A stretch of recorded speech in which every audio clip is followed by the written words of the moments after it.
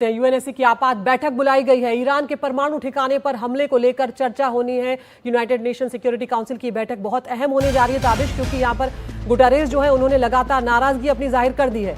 बिल्कुल, और यहां पर स्पष्ट होगा कि किस स्थिति में ये तनाव जो पैदा हुआ है दोनों देशों के बीच अमेरिका की एंट्री के बाद जो और बढ़ गया है, ये किस तरफ जाता है यहां पर, क्योंकि यूएन की बैठक में तमाम देश अपनी तरफ से इस पर अपनी राय रख रहे हैं। और यहां पर गुटेरेस ने कहा है कि ये हमला एक खतरनाक मोड़ है। इस हालात में बातचीत की टेबल पर आए ईरान और इजराइल। यूएनएससी की बैठक में इस बात को लेकर चर्चा हुई है, लेकिन क्या बातचीत की टेबल पर आने का वक्त अब यहां पर बचा है? जिस तरह की स्थिति पैदा हुई है, एक के बाद एक ईरान इजराइल एक दूसरे पर हमला कर रहे हैं और ऐसे में अमेरिका की एंट्री के बाद तनाव यहां पर काफी बढ़ गया है।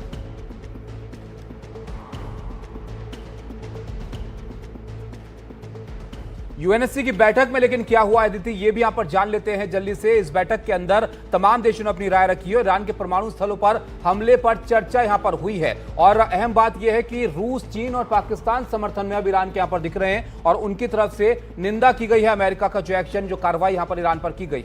बिल्कुल, और साथ ही मिडिल ईस्ट में तत्काल और बिना शर्त युद्ध विराम का प्रस्ताव उनकी तरफ से दिया गया है। 15 सदस्यों का निकाय से युद्ध विराम प्रस्ताव की मांग यहां पर की गई है। तो ये अहम बैठक हुई है और यहां पर सीधे तौर पर देश जो है अपना अपना स्टैंड लेते हुए नजर आए। इसके अलावा अगर हम बात करें कि यूएनएससी में आखिर किसने क्या कहा है, तो यहाँ पर आपको बताते चलते हैं कि किस तरह से विनाश के एक और चक्र को सहन नहीं कर सकते। ईरानी परमाणु सुविधाओं पर अमेरिका की बमबारी एक ऐसे क्षेत्र में खतरनाक मोड़ पर है कि उसका ये संकेत दे रहा है जो पहले से ही लड़खड़ा रहा है। ये गुटेरेस कह रहे हैं, यूएन महासचिव हैं, और अब यूएन की तरफ से आप सोचिए कि एक तरह से निंदा की गई है जो कुछ भी यहाँ पर हो रहा है और शांति की टेबल पर आने की बात यहाँ पर कही जा रही है इन दोनों देशों से। और ये भी कहा गया है कि यहाँ पर इजराइल और ईरान से बातचीत के जरिए इस मुद्दे को सुलझाएं और व्यापक संघर्ष की आशंका यहाँ पर बढ़ गई है जैसे अमेरिका की यहाँ पर एंट्री हुई है, क्योंकि अब इस बात पर नजर है सबकी कि इसमें क्या और देश भी शामिल हो जाएंगे। जो ईरान के पास का यहाँ पर अरब का इलाका है, उसके आसपास के देशों पर तो तनाव की संभावना थी ही, लेकिन अमेरिका की एंट्री ने और इस हालात को गंभीर कर दिया है। यूएनएससी की बैठक में ईरान भड़का है। अमेरिका इजराइल पर कई गंभीर आरोप लगाए हैं और अमेरिका के आरोप को निराधार बताया है कि ईरान जो है वो न्यूक्लियर बम बनाने की तैयारी कर रहा है। वो निराधार इस आरोपों को बता रहा है। तो यहाँ पर ईरान ने अपनी नाराजगी भी जाहिर की और कहा है कि इजराइल और अमेरिका ने कूटनीति को नष्ट कर दिया है। यहाँ पर सीधे तौर पर कहा गया है कि अमेरिका जो आरोप लगा रहा है वो निराधार है। तो अब यहाँ पर ईरान झुकता हुआ ताबिश बिल्कुल भी नजर नहीं आ रहा है। ऐसे में देखना ये होगा कि अब लगातार इजराइल और ईरान जो है एक दूसरे पर हमला कर रहे हैं। क्या ईरान जो अमेरिकी ठिकाने हैं गल्फ कंट्रीज में उनको निशाना बनाएगा, ये एक बड़ा सवाल यहाँ पर बना हुआ है। बिल्कुल, और ये बात ध्यान देने वाली है अदिति, जैसे कि आपने यहाँ पर कहा ईरान झुक नहीं रहा है और जब भी ये बातचीत की टेबल पर आने की बात हुई है, ईरान की तरफ से कहा गया कि आप पहले इजराइल के हमलों को रुकवाइए और नेतन्याहू वहां पर कह रहे हैं कि जब तक टारगेट अचीव यहाँ पर नहीं होते हैं तब तक वो पीछे यहाँ पर नहीं हटेंगे। और इजराइल और अमेरिका ने कूटनीति को नष्ट किया है, ये यहाँ पर कहा जा रहा है और अलग अलग प्रतिक्रियाएं हम आपको यहाँ पर दिखा रहे हैं कि किसने यहाँ पर क्या कहा है।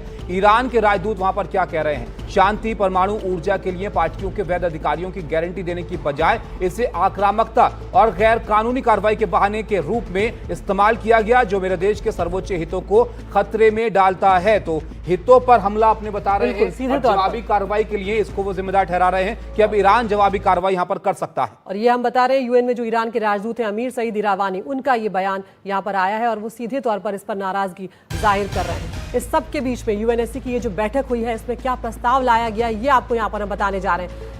चीन, रूस और पाकिस्तान ने यहाँ पर प्रस्ताव रखा है तत्काल और बिना शर्त युद्ध विराम हो, ये बात उनकी तरफ से सीधे तौर पर कही गई है। प्रस्ताव पर तुरंत वोटिंग नहीं हुई है, लेकिन आज प्रस्ताव पर यह माना जा रहा है कि वोटिंग हो सकती है। तो ऐसे में ये देखना ताबिश बहुत दिलचस्प होगा कि किस देश का क्या स्टैंड यहाँ पर रहता है, वोटिंग में कौन किस तरह से आगे आता है, क्योंकि अभी अपने अपने स्टैंड पर नजर आ रहे हैं लोग। अगर हम पश्चिमी देशों की बात करें तो वो लगातार किस तरह से अमेरिका का समर्थन कर रहे थे। कल भी उनका वही स्टैंड दिखा जब अमेरिका ने ईरान पर हमला किया, और उसी तरह से जो आसपास के देश हैं चीन, रूस और पाकिस्तान, वो अपने पुराने रुख पर नजर आए। लेकिन हालात ऐसे अदिति के अमेरिका भी जो वाइस प्रेसिडेंट है वो इशारा कर रहे हैं कि हम युद्ध नहीं चाहते ईरान के साथ, लेकिन अगर ईरान पीछे हटे तो बातचीत यहाँ पर आगे बढ़ेगी। लेकिन ईरान पीछे हटने को तैयार नहीं है, इजराइल पीछे हटने को तैयार नहीं है। यूएनएससी की बैठक में चीन का हमला भी यहाँ पर देखने को मिला है। ट्रंप सरकार की कड़ी निंदा चीन की तरफ से की गई है और चीन इसे यूएन चार्टर का उल्लंघन बता रहा है जो कार्रवाई अमेरिका की तरफ से की गई है। और साथ ही चीन का यह भी कहना है कि यह हमला अंतर्राष्ट्रीय कानून का पूरी तरह से उल्लंघन है। ईरान की संप्रभुता जो है उसका भी गंभीर उल्लंघन हुआ है। तो चीन यहां पर सीधे तौर पर ईरान के समर्थन में आ गया है और वो यहां पर अमेरिका पर गंभीर आरोप लगाता हुआ नजर आ रहा है।